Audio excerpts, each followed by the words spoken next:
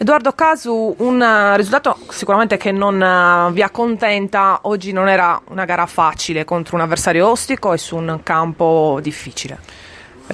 Purtroppo abbiamo affrontato una squadra che veniva da 7 risultati utili consecutivi, in piena fiducia, che è venuta qua a fare la sua partita e cercare di togliere qualche punto.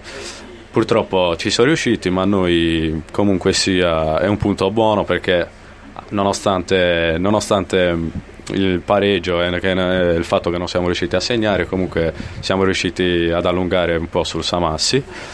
E poi comunque è stata una partita difficile anche per le condizioni del tempo, perché abbiamo giocato tutto il primo tempo a sfavore di vento ed è stato molto difficile perché la palla poi si spostava, non si capiva molto. È stato complicato perché ovviamente la Torres con i suoi giocatori anche più tecnici faceva fatica sia per il vento anche per il campo reso molto viscido dalla pioggia. E i tuoi compagni hanno detto probabilmente non siamo stati brillanti come al solito.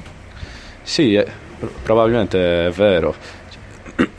Nonostante tutto il campionato comunque bisogna guardare avanti. La prossima partita, pensiamo subito alla prossima partita contro l'Atletico Uri, che è un'ottima squadra che gioca bene a calcio. È una partita che dobbiamo affrontare a viso aperto e cercare di raccogliere più punti possibili, perché poi serve anche piazzarsi nella migliore posizione possibile per i playoff.